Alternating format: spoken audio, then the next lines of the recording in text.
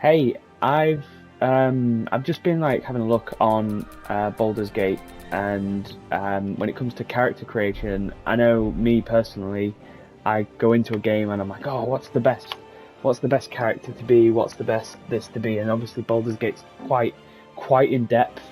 So I thought I'd just put my a little bit of information out there on what like classes I think are useful, like what things to be aware of. At least from my perspective, I am no by no means like an absolute expert, but um, for your like sort of casual gamer, like I'm not saying you're min maxing, but these are like general things to just sort of keep an eye out for. So it's more like a thing to just keep your be aware of, I guess. Now, obviously, you can pick certain origin characters if you want to. If you want a custom, this is mainly for people who are building custom classes. Um, now, when it comes to the race, something to be aware of is obviously these things down here. Now you can go through each thing and have a look and see what each thing means, or what you get with each one. Now, when it talks about having advantage on saving throws, what that means is you can roll two dice. So instead of having one dice to throw and it's based on your roll on there, so let's say your saving throw, you have to roll 10 or above. If you roll 10 or above, you've got a saving throw. So that means you've met your saving throw. I don't know. Your saving throw might be the ground is like fallen beneath you. You've got a saving throw, an acrobatic saving throw. Um, so roll your dice. Getting advantage on that means that you can roll two dice instead of one, so it increases your chances. Now this is obviously about being charmed.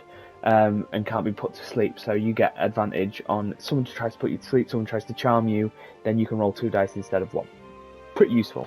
Dark vision is relatively useful generally. A lot of races have dark vision. I do think I haven't played Baldur's Gate.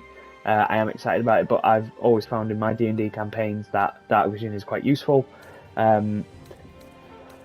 The elf obviously has a wisdom proficiency, so you may want to match that towards the class that you want to build. What you'll notice in elf is you have both a subrace and cantrips. I'll come on to those shortly, but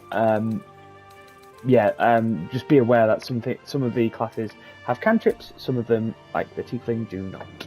Okay, so that's advantage. Disadvantage is the exact opposite. You roll two dice and you pick the lowest number.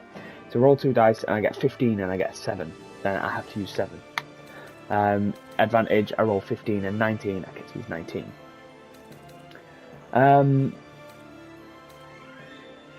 Okay, so looking at sub-race, we've got High Elf and Wood Elf. Now, High Elves seem to have this cantrip of a Firebolt. Well, not just Firebolt. Firebolt is unlocked for you so that you can use it, whereas in Wood Elf, the cantrip... it turns out as a Wood Elf you don't get a cantrip. Okay, so that sub-race takes away that ability, but you get this thing called Fleet of Foot, which means you can move slightly further. So if you're going to be that sort of character that's moving as far away from battle as possible, maybe you're going to be stealthy, maybe you're going to be a ranger looking to like sort of fire arrows from range and do damage from range, maybe Fleet of Foot matches you. And again, stealth, if you're looking to creep around and get some like crit damage from behind, well, not necessarily crit damage, but like surprise damage, or be able to not necessarily battle very quickly, but run into battle, but be able to battle from quite far away. Again, High Elf looks like the cantrip that you can get is any of these. So you got Acid Splash, Bone Chill, any of these really. I'll look at the damage based one. So this is like 1d8 necrotic. Now what that means is you get a d8 dice, you roll it, and that damage is applied.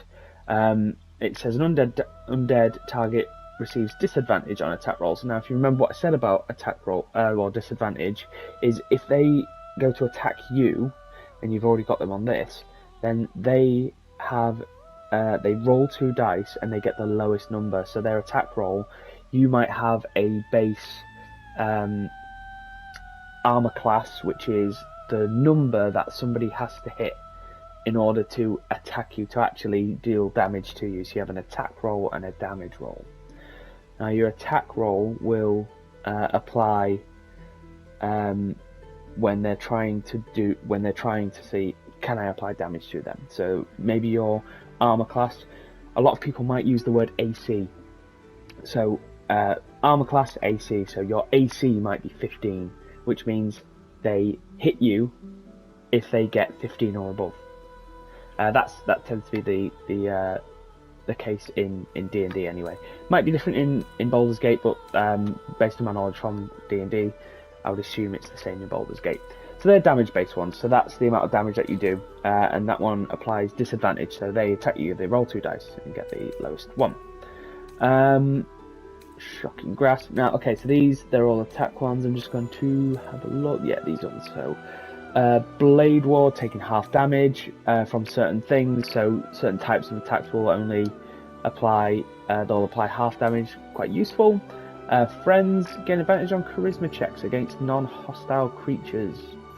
Okay, so that would be, if charisma, you might be trying to win them over or persuade them a certain way during your conversation. So this cantrip would be more applied into out-of-battle situations. Dancing Lights, so you might be in a very dark area. Now this high elf obviously has dark vision, but up to 12 meters. Maybe you want Dancing Lights to go, they've got a range of 18 meters, so you might want them to go, you know, at its maximum range, so 18 meters, so you can sort of see a little further ahead. Light, infuse an object with an aura of light, so you might pick up a rock, infuse it with light, and then that is now able to be lit. Now if somebody decides to break that, you have to do what's called a dex save. You can see that down on there. So you would have to, your save and throw, so you would have to roll for dexterity and try to save your rock from no longer being lit. So maybe I don't know, a goblin comes in and sees that it's lit, and it fires an arrow at it and wants to break the rock in half so that it goes dark, and they can maybe sneak up on you and attack you or something like that. Mage Hand.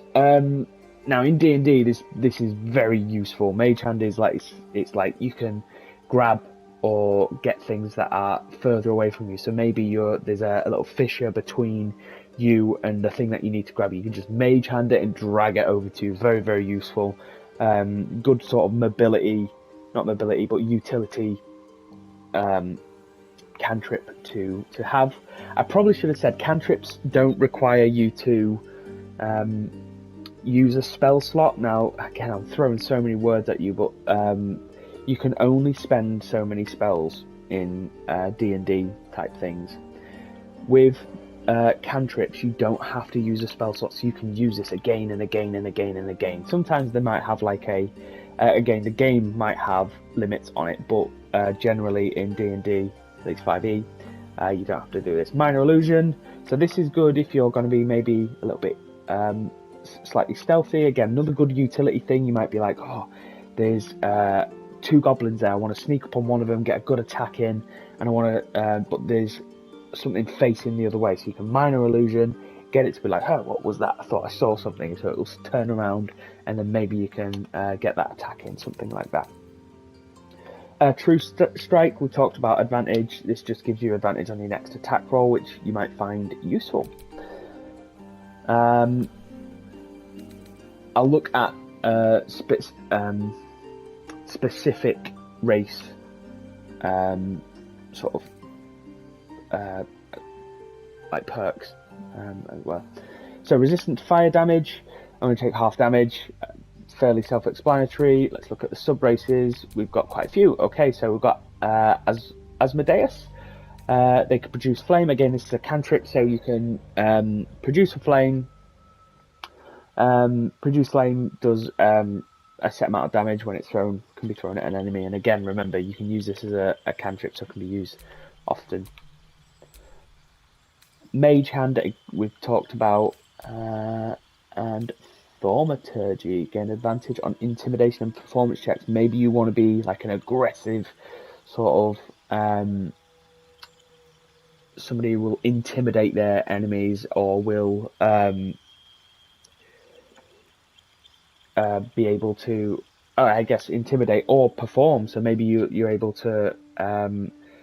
You might be in a band of people. If you're playing multiplayer, you might be like, oh, I want to be able to like do the distraction while everybody like runs around and then steals the gold or steals whatever it is that you need to. You might be the person who like, hey, look over me, look at this, I'm doing some juggling. Oh, what am I doing over here? Or like, just, I mean, in D&D, you can make it up. There'll obviously be limits in this game, I assume. Or you might be like, hey, I'm like coming up to you and being incredibly intimidating, like pushing them up against the wall and being like, you need to listen to me here, you see? Or something like that, I don't know. Okay, so that was Tieflings, fairly straightforward. Again, 9 meters. A Drow. Okay, so they're basically dark elves. Some people might get annoyed at me for saying that because they're not exactly, but they're essentially dark elves. Have dancing lights. I would assume that's because they don't have a what's it called? Dark vision. Right, so perception, so they're quite observant around their surroundings. So maybe you're at your camp for the evening, and what you don't notice, or what a dungeon master would do, is you're actually going to get ambushed.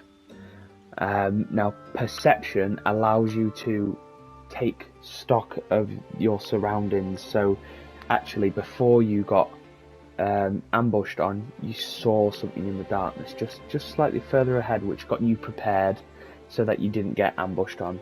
So that's what. Oh, superior dark vision does have dark vision. Okay, so up to 24 meters. Okay. Yeah, proficiency with the rapier sword. Okay, rapier, short sword, and hand crossbow. So these proficiencies, they just give you like a +1, which is like when you attack with that particular thing, you roll a 5, where you got a +1 to it, or it could be a +2. But you got a +1 to it, so actually instead of getting 5, you got 6, that sort of thing. Right, sub-race. So we've got the Loth-sworn Drow. Don't seem to acquire anything based on these. Interesting. Right, we'll move on. Right, so human, civil militia. Okay, so again, these are weapon proficiencies and armor proficiencies. It would seem that sort of fighting, if you want to be a fighter, human might be quite, so like you're quite versatile in the different weapons that are available to you, which is quite useful, because you might come across a weapon that's really good, but like, I'm actually more proficient in this one, so that means I'm more likely to hit with this one, but it seems like humans might be able to go throughout the world and be able to use pretty much any of the armors, and it says light armor, and weaponry that they're able to use. Okay, Githyanki. Astral knowledge. Okay, so proficiency in all skills of a chosen ability. So that means this gives you maybe a little bit of versatility in how you want to develop your character.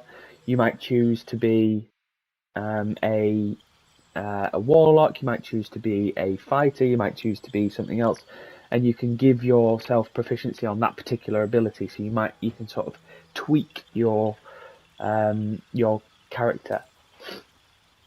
Githyanki, psionics, mage hand. Okay, create an invisible spectral hand that can manipulate conjuration cantrip. I feel like that's very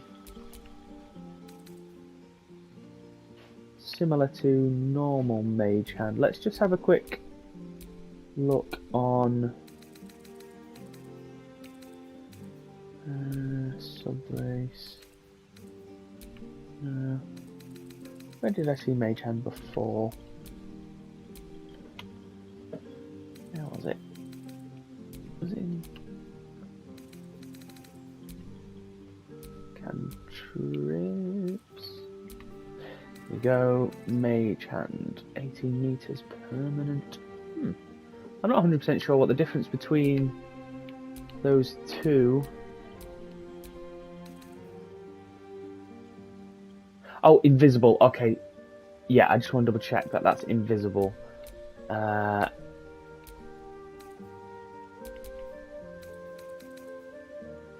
a spectral. Okay, so that basically, that Gathraki. Is it Gathraki?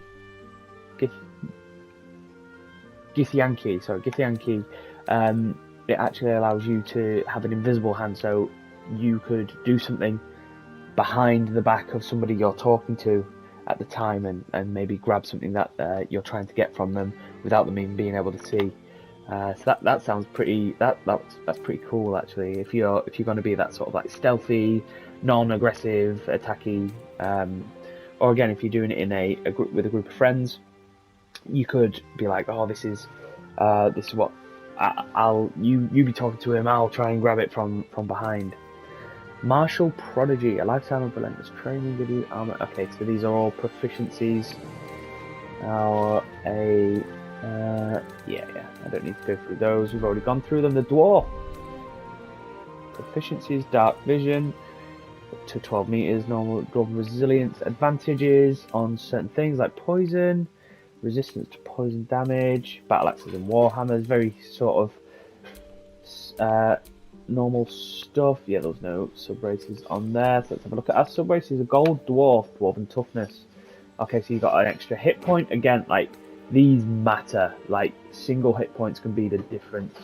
And can be a huge, like, lifesaver. Literally lifesaver. And it says by every level that you go up, it increases by 1. That's quite useful. Shield dwarf. Okay, it's basically you are OP with armor, all armor, dwarven armor, light armor, medium armor. A Dwager. Superior dark vision. Can see in the dark. Sorry about the noise. Can see in the dark. It's 24 meters. Dwager resilience advantage. Saving throws against illusions and. Okay, we've already talked about that sort of stuff. That's fine. Half elf. Okay, right. Okay, so you can see the difference here. So half elf is sort of a mix between a human. Most of the time, half anything is human and elf, or human and orc. So that would be a half orc. So you get a little bit of the bonuses of elf and a little bit of the bonuses of humans. So they've got like all these proficiencies in different ways. So maybe you want a little bit of the magic-y sort of or very nimbleness of a elf, but you don't want the but you also want to be able to use a large spectrum of different weaponry. Maybe a half elf is for you. So the sub-race, we've got high half elf, wood half elf, and drow half elf. Very similar to elf. We talked about the different cantrips, and again that they're more usable.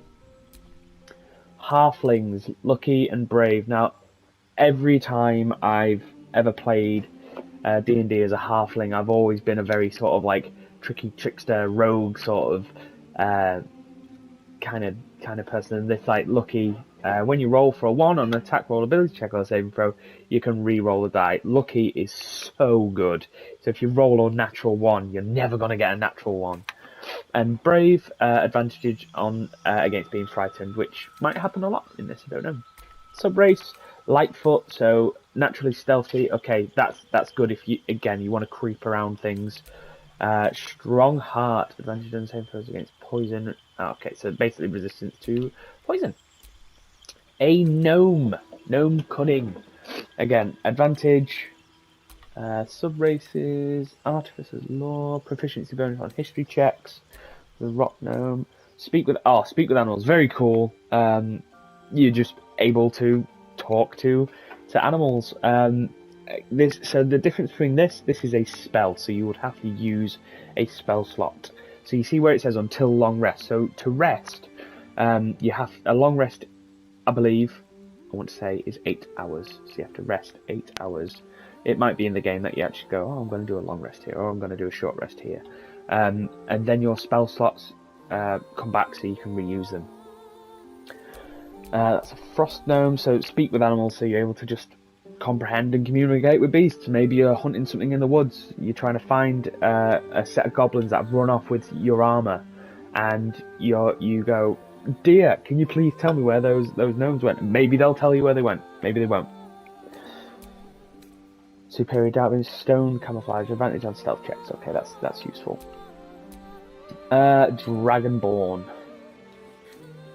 Now, Dragonborns have this action, so they're able to just do damage with their breath. So you can have a black dragon, which is acid, so it'll do acid damage. So again, can you see there where it says spew forth a cone of acid? So it's in a cone shape. It will go forwards in a cone shape. It says on a save, so they will do a dexterity saving throw. So whatever you're attacking will roll a dexterity saving throw, and there will be a number that it has to meet. It will probably be your spell. What's it called? Your spell cast. I can't remember what it is, but anyway, there'll be a dexterity saving throw. It might be 10. So if they roll above a 10, they save it and they only take half damage. If they roll it and it's under it, they take the full damage. So 2d6, let's say you get a 6 and a 4, so that's 10. They could either take 10 damage or 5 damage, depending on their saving throw. Draconic Ancestry, Bloody Ancient Dragon plus you, resistant to acid damage, I imagine? Yeah, okay, so whichever breath you have, you're resistant to as well. And I believe each one of these, yeah. What's different between the bronze? Resistant 2d6. 2d6. It's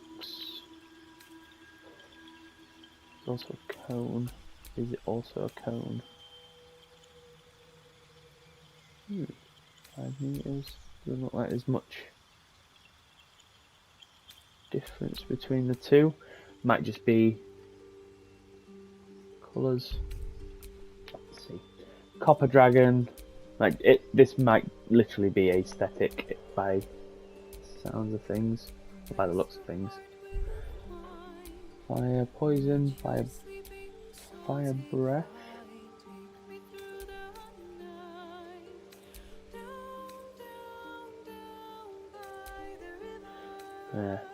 Yeah, these seem very similar. It's just a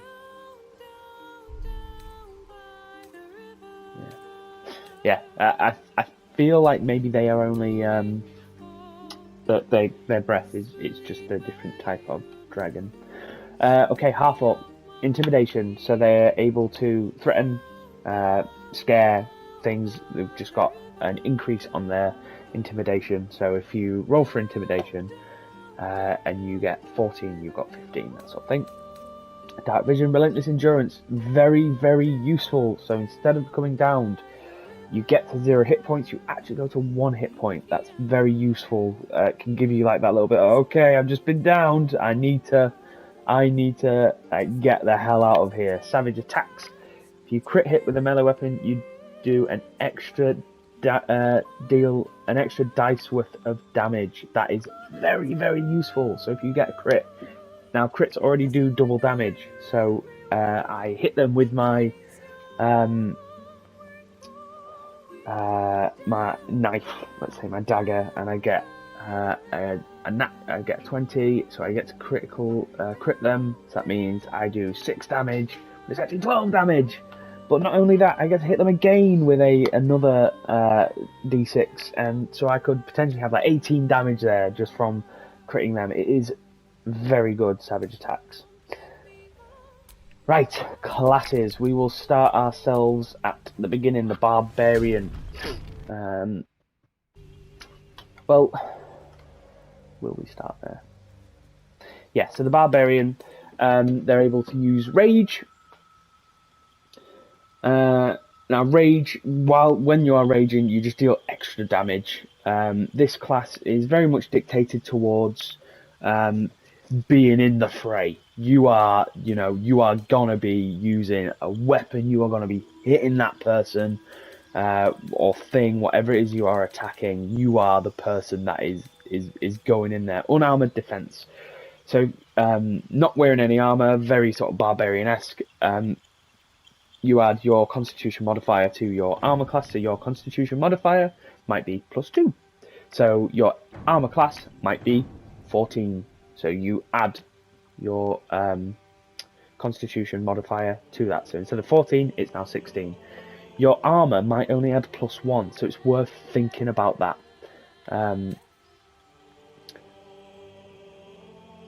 Let's have a look. So that's Barbarian. The Bard. Okay, the Bard is very much the buff. Okay, so they have 2 cantrips, 4 spells. 4 spells, and an action, a class action. The Bardic Inspiration, you can add 1d6 bonus to their next attack roll, ability check, whatever it is.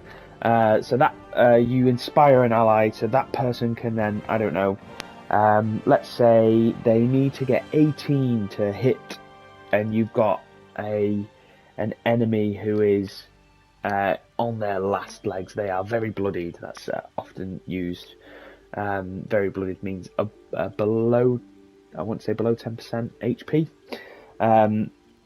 So they need to get 18, but on their attack roll they get 16. Oh no, that's really annoying. So they've been bardically inspired, so they can use their inspiration, roll another dice, and hopefully get to that 18 to meet that armor class of that enemy.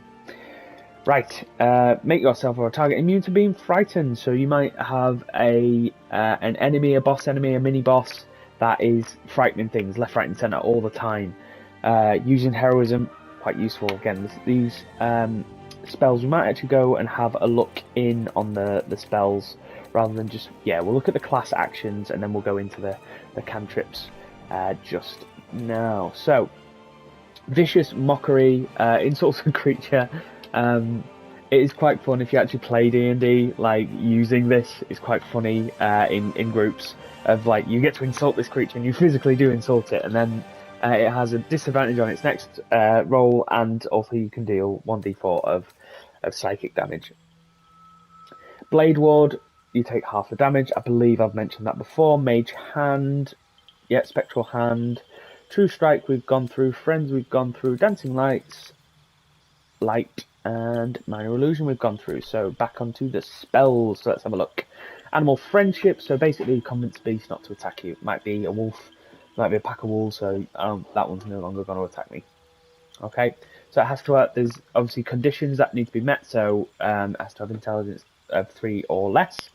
It ends if your ally hurts them, and in higher difficulty modes, might become hostile when the spell ends. Oh, okay, right, so it might be that you put it on a creature, but before you're sort of like in your initiative stage.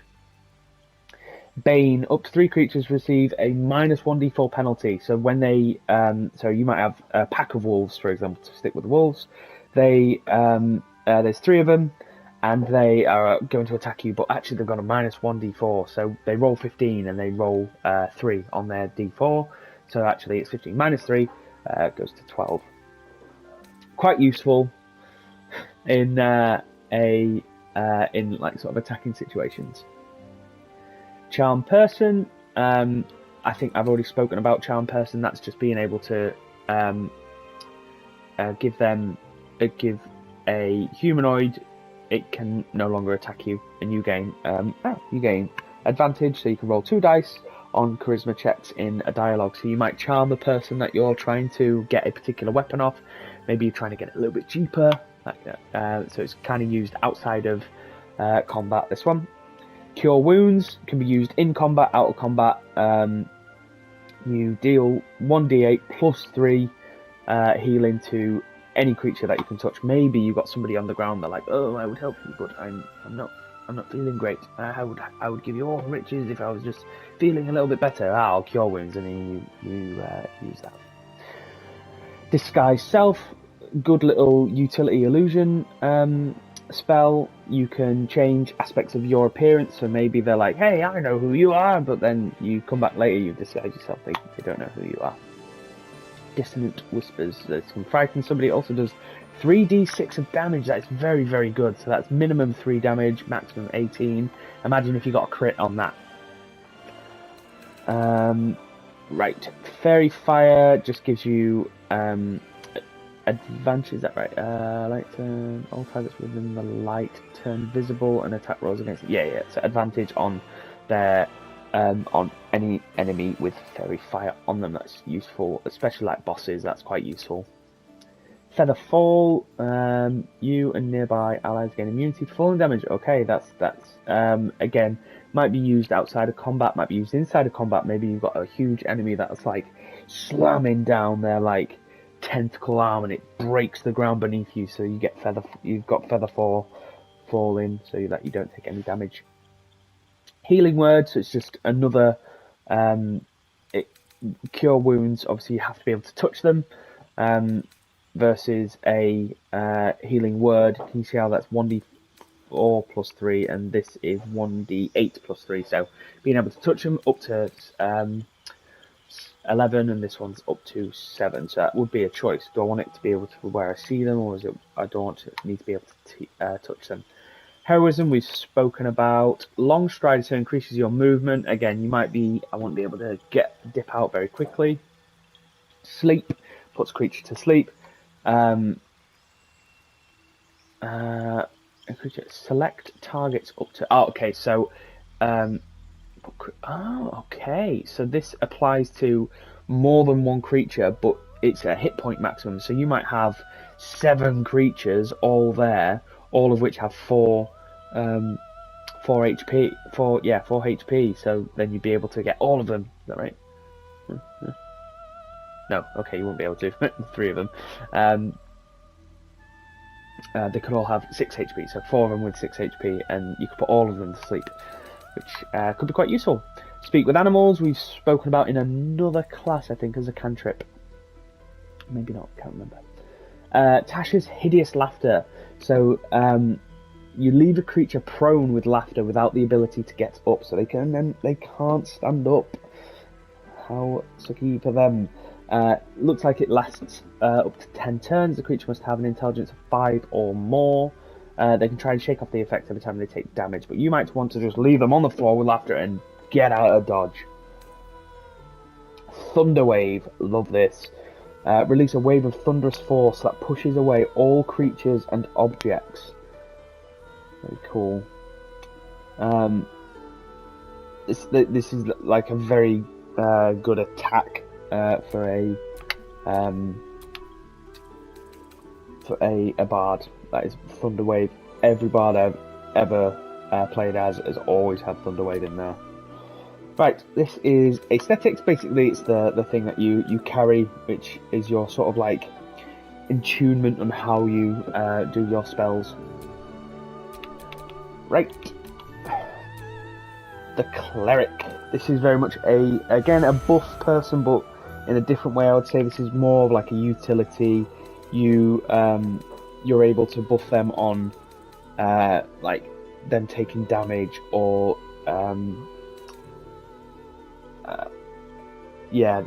that sort of thing. They do have like attacks, but they are slightly different. Now you will notice there is a lot more. They get 3 cantrips. They get 1, 2, 3, 4, 5, 6, 7, 8, 9, 10, 11 spells. Okay. So this says you get 2 level 1 spell slots, which means you can physically use 2 spells. So this is what I mean. You've got 11 spells to choose from, but you can only use 2. Domain spells, you gain spells from any of your domain, and they're always prepared. Okay, so we'll be able to see. Yeah, okay. So if we look at the subclass, that dictates what cantrips we have, I believe. Does it not? No. Okay, so the cantrips stay the same. We've got Thaumaturgy, which we've seen. Sacred Flame, 1d8 of radiant damage. Pretty much just a easy. There you go, you're on fire, screw you, you're dead, sort of thing. Guidance, it gives somebody a 1d4 on their ability checks. Resistance, make a target more resistant to spell effects. Okay, so this is a buff on you could do it, I believe you could probably do it to yourself, and you could do it to one of your troop or party. Light, we've got Blade Ward, we've got Produce Flame. So flame sheds light, or it can deal damage. Throwing a flame immediately after you conjure it does not cost an action. So you can conjure and throw, and it doesn't cost an action. That's quite useful. But if I conjured it, got it to follow along with me, and then saw something, it would cost an action to then throw it. Yeah. Right. So these are the spells that are always prepared. When we talk about prepared spells, so in your spell book, these are your prepared spells. So 1, 2, 3, 4 prepared spells. These are the known spells. I imagine as you go through the game, you might get more spells that you can get more spells available to you. But these are based on your life domain, light domain, trickery domain. So if I go across the spell book, these are separate to those spells. So I go to my subclass. These spells will always be prepared. I don't need to prepare that spell. So maybe I'm at my camp and I'm like, right, I know that tomorrow I'm going to be going into a battle, but I want to be able to buff all my team. Or I know that tomorrow we're going to be going to this sort of I don't know, I'm trying to think, a performance or the theatre, or we're going in, we need to infiltrate something, so I want to be able to sort of convince people or give people guidance, or be that sort of put things to sleep that I don't want to cause a huge kerfuffle sort of thing. So then you can prepare your spells differently, but these ones will always be available to you. And this is sort of you might be like, well, what kind of person, what kind of cleric do I want to be? Do I want to be able to cure wounds? Do I want to bless people? And again, bless, you can do it up to 3 creatures and they gain 1d4. Do I want to be able to what is it that I want to be able, what kind of, this is sort of your choice on what you want to be. Do I want it to be this, am I, looking at spells that protect people, the light domain? Am I looking at this seems to be more sort of attacking faced? I'll start from the beginning. You can choose this, but it basically, you don't want to choose something where you're fighting against that sort of the way that subclass would be. Like a life domain is somebody who's clearly buffing people. A healer healing lots of the time, probably has quite a lot of hit points. It says here, your devotion empowers your healing spells. When casting a healing spell, the target regains additional hit points. So not only, so you might be using cure wounds, but you also get +2 of whatever. So if I do it at equal to 2 plus the spell's level, so you get hit points. So I might do, so you see that +3, that's where that comes from, because I would do it at level 1. If I did it at level 2, it would be +4, because it would be 2 plus 2. There's a lot of simple maths in this that you kind of have to get used to. I imagine the game probably can ease on that, because it will just tell you what you'd be doing. It'd be 1d6 plus 3. And you're like, okay, I know what I can do. The light domain looks like you've got a couple of attacking things, a little bit of a utility, and this warding flare. Shield yourself with divine light. Use your reaction to impose disadvantage. So a reaction is slightly different. reactions are they are used, I should say, when you're in, maybe you're next to somebody and they try to run past you, but you're like in sort of combat with them. You can use a reaction to attack that person. So you can, it's sort of like in reaction to something that they do.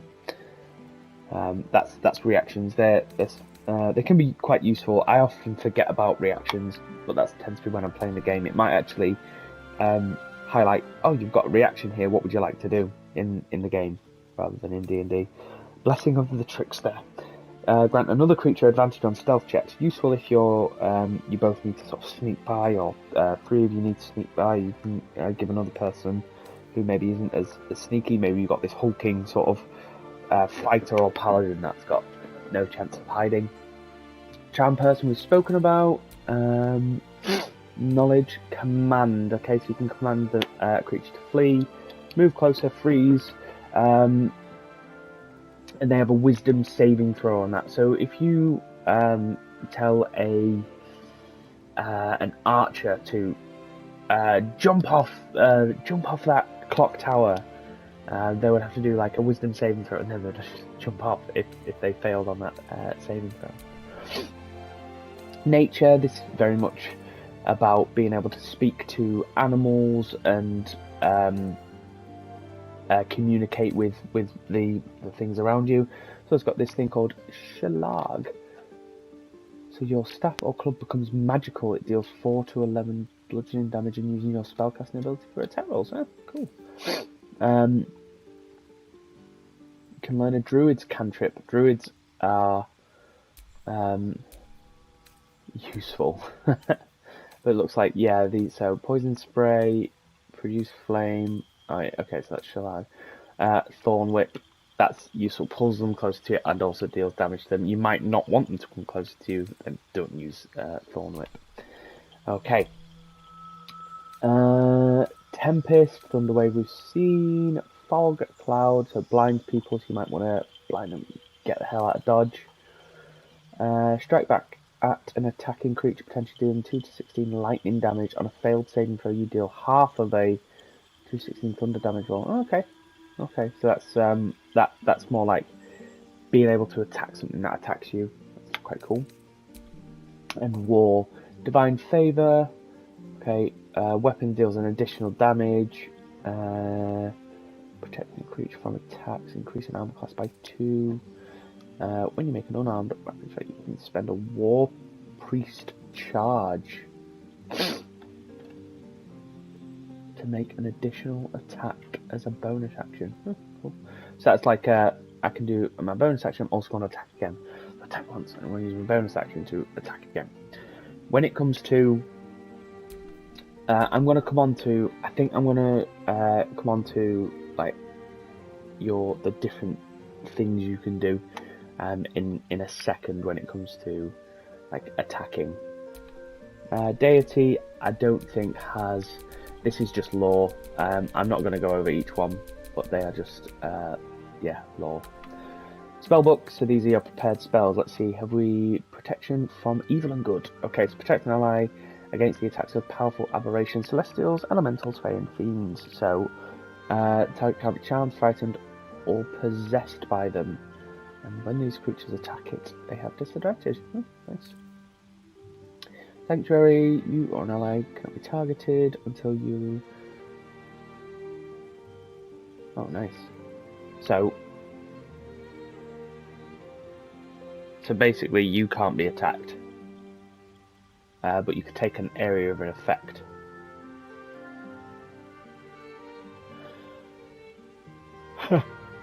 So you might want to protect a particular enemy or a particular person in your group, so you might go, right, I'm going to give my bard sanctuary, so then they're never going to be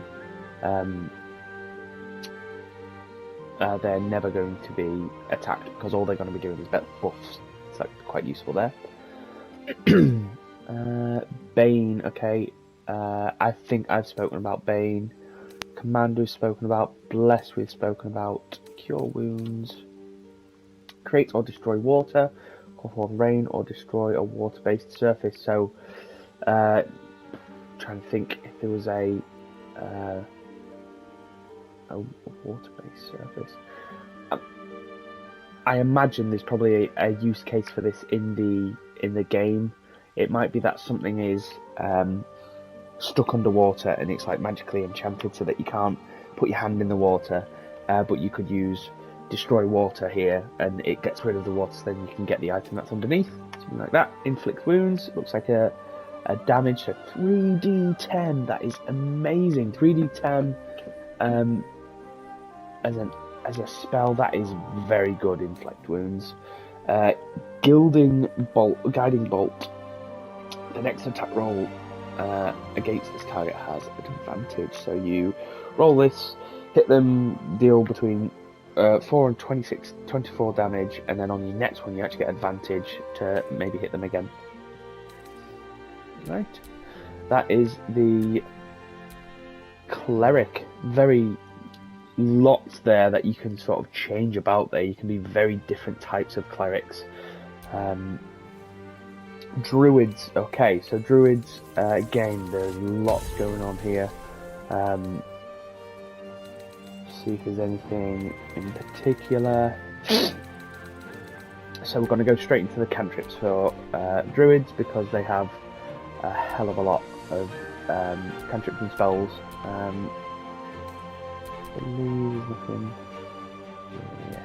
Okay.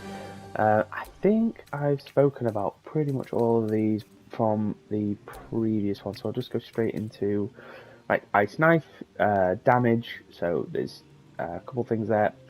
Something to mention at this point is if you have something that might take extra damage or might get critical hit by cold, or gets extra damage to cold, that or something, it might be there might be sort of super effective to use cold damage. These things can sort of be buffed. Leaves an ice surface, so that person might then try and run, but now it's an icy surface, so maybe actually they're going to slip and fall. Entangle. Okay, so you might want them to entangle basically stops them from being able to move. Fog cloud we've talked about. Speak with animals we've spoken about. Animal friendship we've spoken about. Charm person. Long strider. Enhanced leap. Triple a creature's jumping distance. So you want to maybe like absolutely soar into the air and jump up to the top of this precipice or something like that.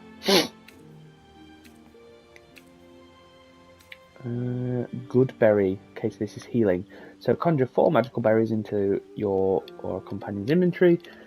Heals 1 to 4 hit points. Berries disappear after a long rest. So like, you might be going into battle and you're like, right, here you're going to use 2 good berries. Boom, boom. And then they can heal up to like 8 in that one. They might save some for later.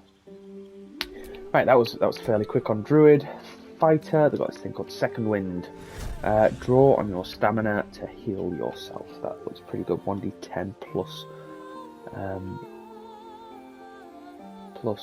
1d10 plus 1. That's quite useful. Second Wind if you're in a fighting situation. Passive, so plus 2. Yeah, so look at this. Like, you can choose what you might. Great weapon fighting, very cool. Love great weapon fighting.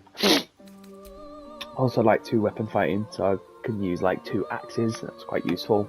But these are all you gain archery. You gain plus 2 to ranged weapons.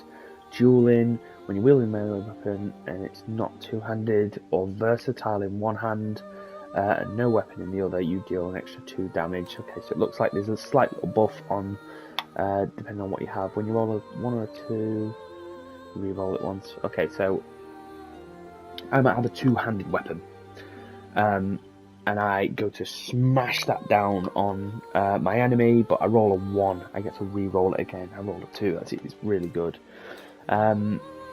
This, where it says versatile, different types of weapons have sort of like precision or versatile. It's basically sort of like a little addition to it. So it sort of like the way that it attacks or the way that the weapon is handled, basically.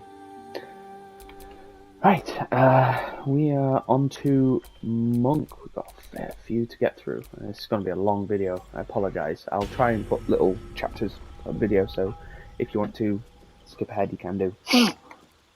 Right, flurry of blows. Like a monk is basically martial arts. They are the kung fu master. Okay, so they've got this thing called flurry of blows. So they hit 1d4 plus 3 plus 1d4 plus 3. So they punch twice in quick succession. This thing called ki is the magic that flows. You can use it to exceed your body's physical capabilities.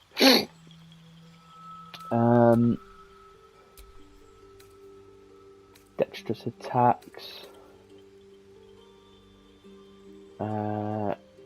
Attacks scale with your dexterity into these sets. Okay, so you might be your dexterity in this, it says it's 17. So rather than it being based on your strength, the damage that you do, it's based on your dexterity.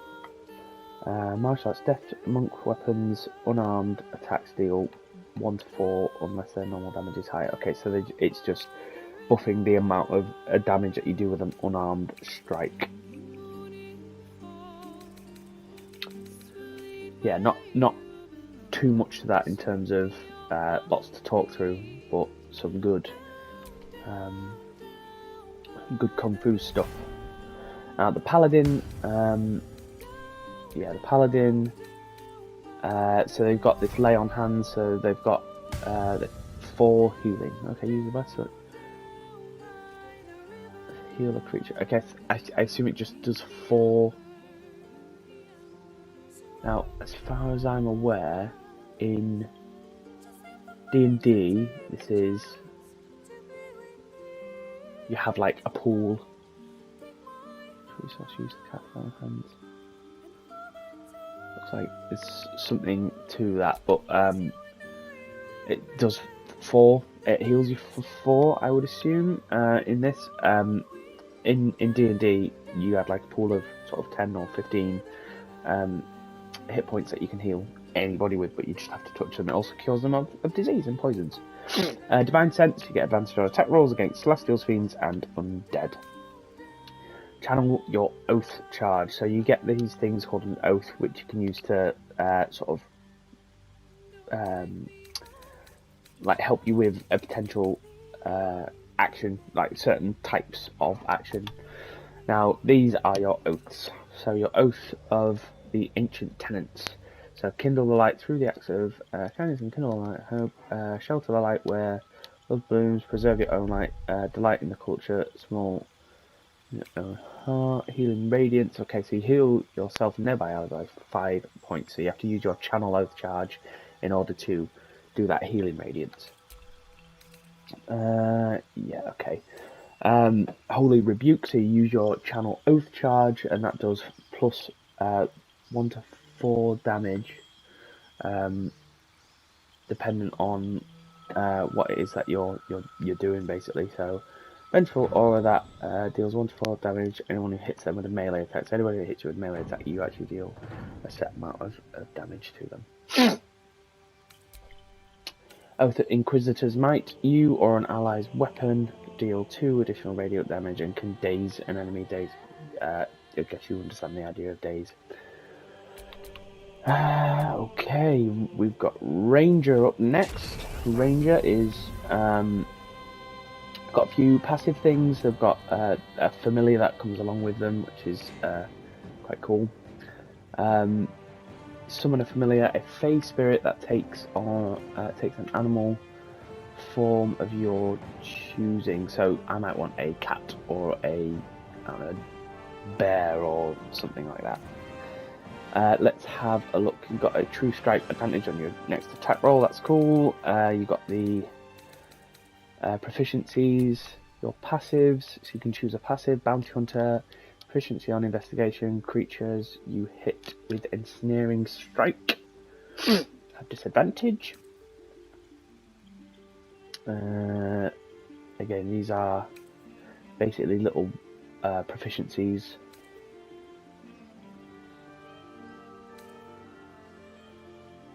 Yeah. Oh, you can cast Sacred Flame. Yeah, okay, so based on the Find Familiar, Protection of Evil and Good, yeah, okay.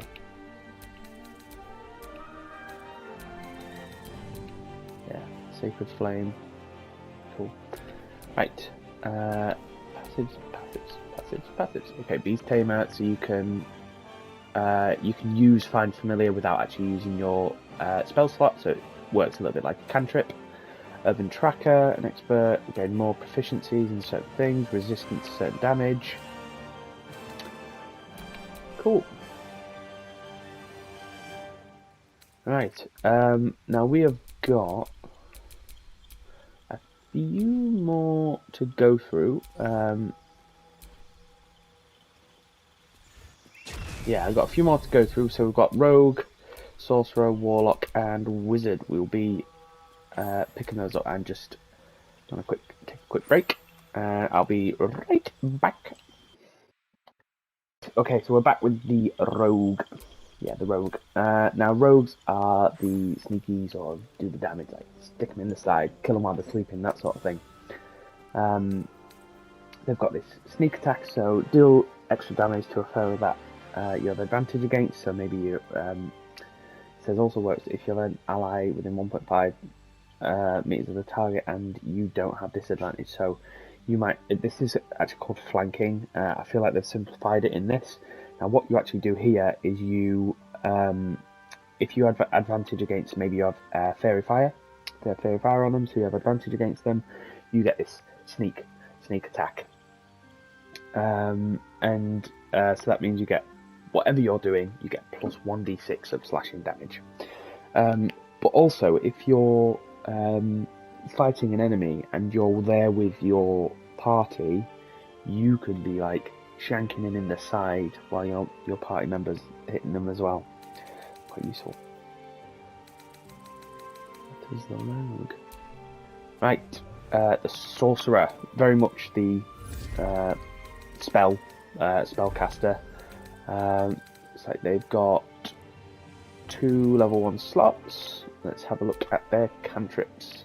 Bone Chill, standard damage. Acid Splash, standard damage. Blade Ward we've gone through. I don't think there is Shocking Grasp. Okay, so that's target can't use reactions. This spell has advantage on creatures with metal armor, so you do like sort of lightning damage to them. Rare Frost, very similar. Well, not similar, but like it does reduce their movement, but does 1d8 of damage. Firebolt, I quite like Firebolt. I always think it's quite cool, just like. And we've done Bone Chill, Dancing Lights we talked about. Right, okay, so Burning Hands, each vulnerable target. Give me 2 seconds. I had to take a quick phone call, wrong number. Where were we? Yeah, so Burning Hands are done. Charm Person. Okay, Chromatic Orb does 3d8 thunder damage. You hurl the sphere that deals up to 24 damage. Possibly creates a surface on impact. Alternative, choose a different type of damage. Oh, so it looks like you can choose different types of damage. So it might not be thunder, it could be fire. Yeah. Colour Spray. Blind creatures up to a combined 33 hit points. So you might have something that's got 11 hit points, something that's got 7 hit points, something that's got 17 hit points, and you can blind them all. Expeditious Retreat, gain dash immediately, and as a bonus action on each of your turns until the spell ends. So you can physically use dash, which is, I want to say, twice your movement speed. So you can get the heck out of dodge if you need to. Mage Armor, just it increases its armor class to 13 plus whatever it is. So you might not have any armor, which has its perks, but then you can use Mage Armor, and you've got this Mage Armor, it's 13 plus your Dexterity modifier. Your Dexterity modifier might be plus 2, so it's 15. Had Sleep, Ice Knife we've spoken about, Fog Cloud we've done, Feather Fall we've done, False Life, gain 7 temporary hit points, just useful if you're like, I know I'm going in for a boss fight. Magic Missile, 3d4 plus 3 force damage, shoots 3 magical darts, and they always hit their target, so might not be as big damage, but definitely always going to hit them. Ray of Sickness, possibly poisons the target. And it says possibly, so they do a Constitution saving throw. I assume if they fail that save, which they might have to get 15 or more. Have a look. Spell difficulty, right, okay, so they have to get 13 or more. So the way I remember this is meets it, beats it. So if they meet the saving, if they meet 13, they've beaten it, so they don't get hit by it. If it's anything below that, then they fail it. And what do you get if you're poisoned? Oh.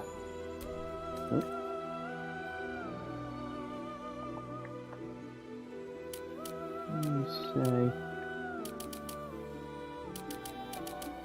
I'm assuming that poisoned is. If you left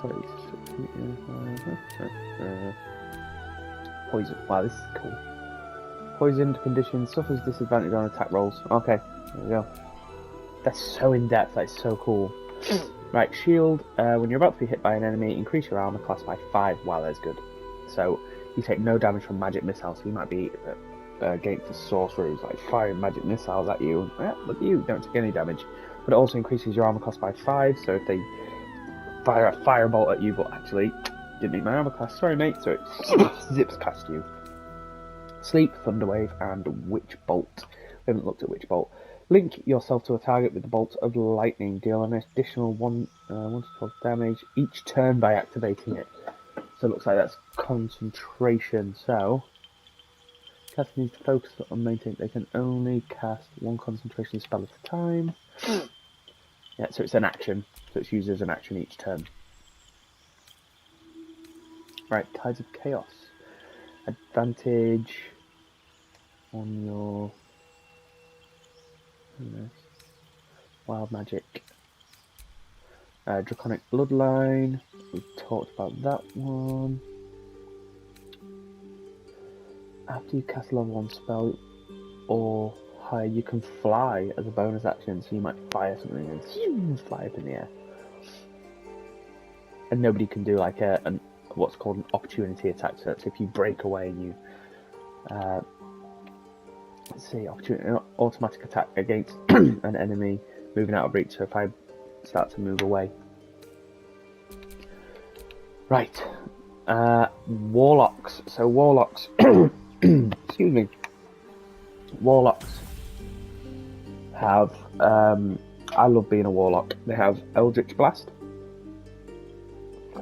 as a cantrip, which does 10 force damage. It can also conjure 1 beam of crackling energy. That's cool.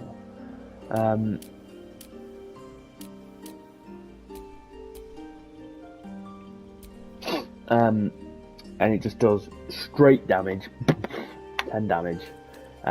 You don't need to do anything. You just fire it at them. So we're going to have a look at now. We've got Warlock spell slots. You gain Warlock spells. Oh yeah, so these are our spell slots. So let's have a look. Anything different other than Eldritch Blast? I think everything else we've actually gone over. So we can go back to the Fiend. So you gain 5 cold damage. You do 5 cold damage to a creature that hits you with a melee attack, and you also do. So these are spells that you are sort of always have prepared. Assume. Yeah. Oh, so these are ones that are unlocked. These are warlock spells. Yeah. So you have Arms of Hadar. So this is 2d6 damage. Takes half damage, but Armor Agathis. Yeah. So 5 HP. Always useful. The Great Old One. Dissonant Whispers. Very useful. Tasha's Hideous Laughter, very useful. I feel like we've spoken about both of those. Mortal Reminder, oh, really useful. Okay, so if you land a crit hit, any nearby enemies have to succeed on a saving throw, or they become frightened. So, if I land a crit hit, you could have enemies that are frightened, which means they can't move. which is really useful. Arch Fey, Fey presence who can charm or frighten nearby foes, and Fairy Fire we've spoken about. Sleep we've also spoken about. I believe everything else we've. Social Butte we did with the Tiefling. Hex, actually, I feel like Hex we haven't spoken about. So, Hex is 1 to 6, 1d6 damage. Target and give it disadvantage on an ability. So it's basically like I hit you, but also you. Next time you do a strength saving throw, it's going to be at disadvantage because maybe you know that your party member is going to grab the person or try to disarm the person. So it might be dexterity saving throw, that sort of thing. You can be really sort of clever with this. Right. And wizard. You're a wizard, Harry. Right, so classic, lots of different spells. Have 2 level 1 spell slots to begin with. When you're not in combat, you can replenish your spell slots. So I have to use them up. Oh no, what do? Guess what? Arcane recovery, bitches. I can recover a couple of my spell slots. Let's have a look at our cantrips. I don't believe there's anything new here, but you've got 3 cantrips, which is quite useful. Yeah. Spells, and again, I think actually this one might be grease. I'll cover the ground in grease, slowing the creatures. Okay, so like you might be running away from something, turn around, cover it in grease. Sorry, mate, you ain't going to be able to get past there. They do a dex saving throw, fall over, and you escape the enemy or whatever. I think that's everything. So, yeah, and then you have 1, 2, 3, 4, 5, 6 spells that you can choose from. Right, at this point, what I want to talk about is you've got an initiative. So you see on the right hand side there, is it? It's not on here, no. Right, so on the right hand side you can see the thing that says initiative +1. That means whenever you roll for initiative, so you're going to be in a battle, you roll 10, it's actually 11. And that's used as sort of like your score on who moves first, which can be quite important. It can be quite important. The hit points, how much HP you start with. Depending on your character, you might start with more. So, for example, I believe Barbarian. Yeah, it starts with 14 because you know they're a Paladin, I believe. Paladin 11 and Fighter, yeah, 12. They start with quite a lot of Monk might as well. 110. But yeah, so they start with differing numbers of hit points. You can read that as much as you want. So dependent, so when that's the initiative stage. Now you have 3 types of thing. This is in D&D. You have an action, a bonus action, you can have a reaction, you can have an interaction, and you can have a opportunity attack. Okay, now reactions are like when you physically react to something that they have done. So if they do something, then it's like a set of events can happen and then you react in a particular way. In your actions, so when it's your turn, you might be like, right, I'm going to use rage in this instance. In this one, I am going to bardically inspire somebody. That is an action. You can also do a spell as an action. You can see on here, right at the bottom there, in that green circle, it says this is an action. This cantrip is also an action. Okay, so each one of these on your turn, you get 1 action. You also get 1. Sometimes you get a bonus action. So we can have a look if yeah, so here, healing word, that can be done as a bonus action. So in my action, I'm going to use Vicious Mockery, and then as a bonus action, I'm going to use my healing word, but that uses up a spell slot. So it's important to sort of understand how these things work. So if I look at, say, a paladin, now as a bonus action, I can use Divine Sense, so I get my advantage on certain attack rolls. I've got Lay on Hands, and I'm going to heal somebody, so that's my action. My action might also be I'm going to attack them or hit them or whatever. So it's important to try and sort of grasp the ideas around that. Your interaction, if they have it in here, might be to talk to somebody or to say something. It's often sort of used as like embellishments in, or your interaction might be to move somewhere, or to stand up, or to crouch, or to try and hide somewhere. Yeah, so that is sort of like your turn-based sorts of things. When it comes to abilities,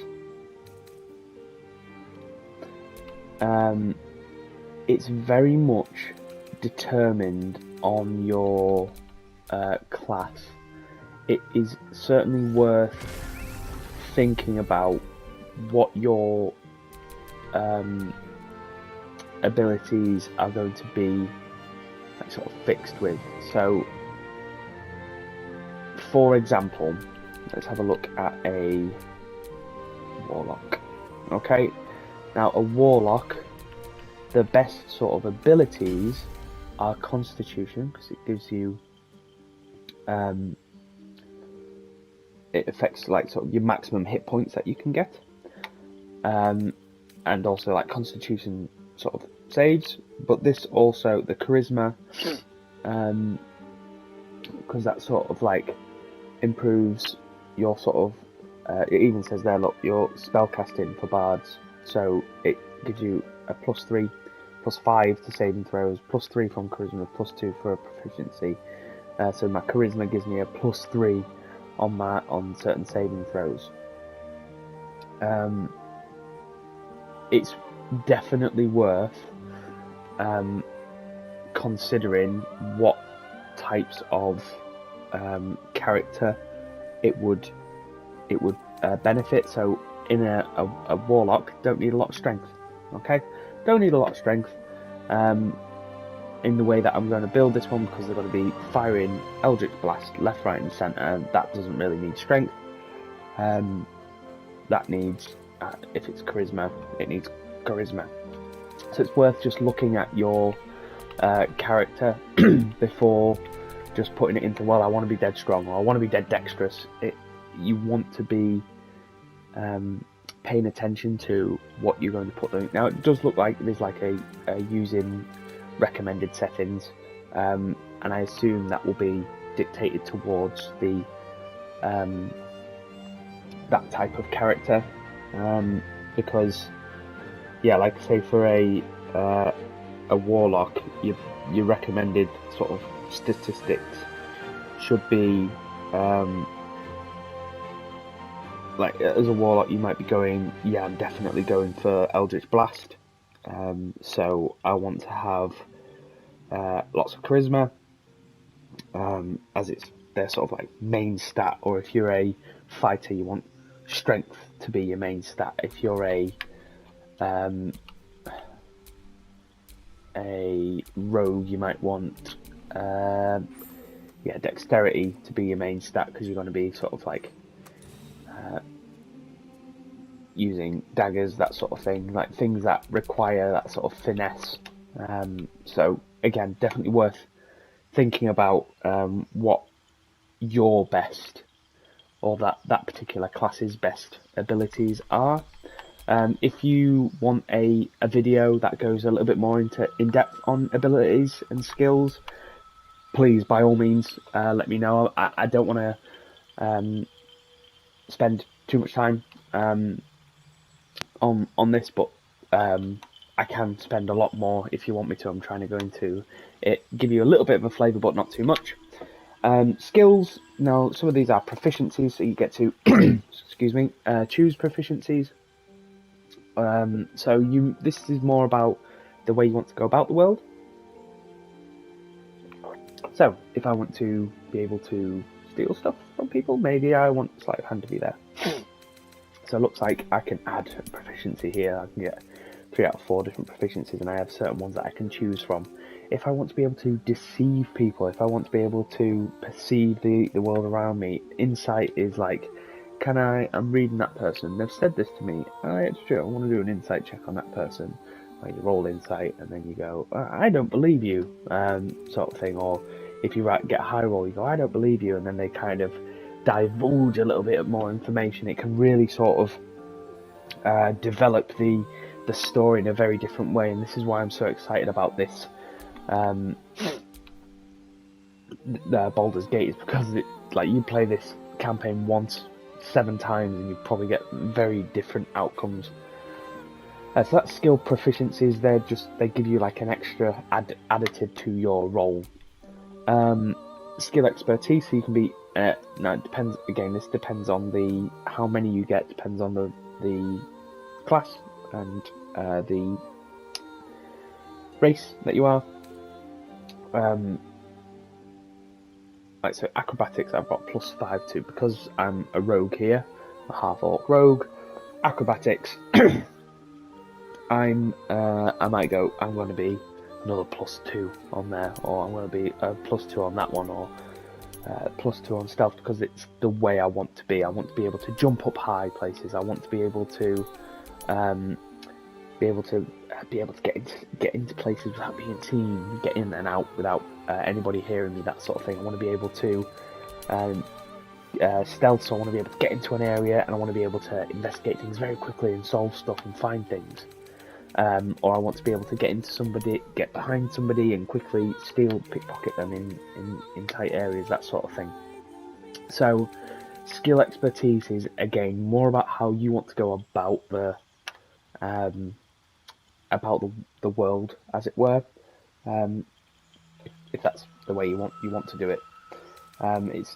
This one's more of a personal thing. So rather than about how you build your character, now if you built your character in a certain way, it makes sense. Like, I want to be jumping up really high, or I want to be intimidating people. When you haven't built your character that way, maybe you could have a different build towards intimidation. So I would assume at this point you know what the way you've got an idea of the way you want to play your campaign. So so this is like sort of like really tweaking your character to be how you want them to be, that sort of thing. Yeah, I think if I'm honest, that is everything now. It's going to be a hell of a long video, so again, please, lots of feedback. Would love to know what it is you want to know a little bit more about. If there's anything in here you think I've done wrong, said wrong, you want a little bit more information on, please let me know. I can go into classes in more depth, subclasses, cantrips, whatever it is that you want, abilities, etc. I've tried to be brief, and I really haven't been, but this is just a sort of like catch-all.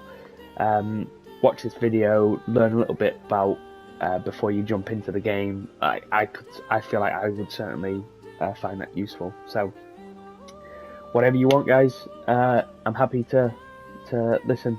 And thank you for listening to me literally ramble for a good hour. So I'll see you guys in the next one.